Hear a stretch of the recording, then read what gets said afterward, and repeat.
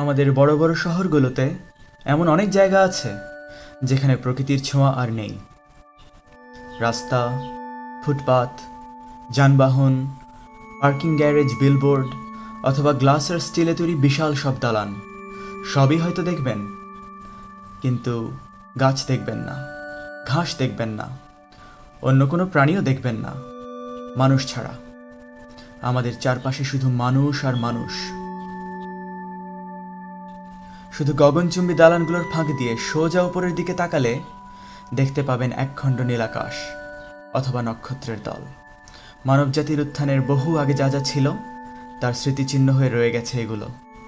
আমাদের ছোট্ট এই গণ্ডিতে নিজেদের ক্ষমতা নিয়ে খুশি হয়ে যাওয়াটা অস্বাভাবিক নয়। নিজেদের সুবিধার জন্য পৃথিবীকে আমরা কতই না বদলে ফেলেছি, কিন্তু কয়েকশো মাইল ওপরে বা নিচে গেলে আর কোনো মানুষ নেই।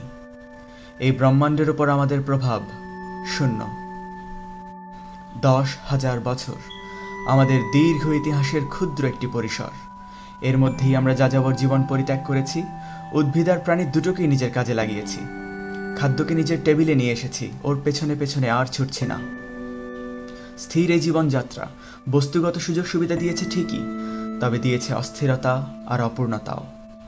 শহর আর গ্রামে আস্তানা গড়ে 400 প্রজন্ম আমরা ঠিকই কাটিয়ে দিয়েছি, কিন্তু যাযাবর মনটাকে এখনও ভুলতে পারিনি।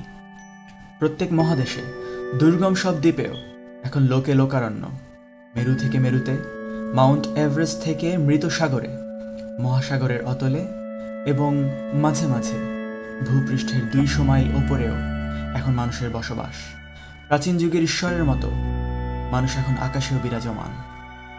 এমনটা মনে হওয়া অস্বাভাবিক নয় যে অনুসন্ধানের কোনো জায়গা হয়তো বাকি নেই। অনাবিল সাফল্য অর্জন করে ফেলেছে বলেই অভিযাত্রীদের যাওয়ার আর কোনো জায়গা নেই। কিন্তু এখনই এটা বলা যায় না, হয়তো এখনো সেই সময় আসেনি। দূরবর্তী জগৎগুলো এখনো হাতছানি দিয়ে যাচ্ছে অপার অজানা সম্ভাবনার। চারপাশে এমন অনেক সমস্যা আছে যার সমাধানে অর্থ প্রয়োজন। সেই অর্থ কি মানব জাতিকে অন্য গ্রহে পাঠানোর কাজে ব্যয় করা উচিত? আমাদের কি আগে সেই সব সমস্যার সমাধান করা উচিত, নাকি সেগুলোর কারণেই নতুন গ্রহের সন্ধান করা উচিত? এই পৃথিবী আর সৌরজগৎ ভেসে আছে আরো অনেক অনেক বিশ্ব দিয়ে ভরপুর এক মহাসাগরে, স্থানের অতলে। পৃথিবীর মহাসাগর আমরা জয় করেছি, এবার মহাশূন্যের পালা।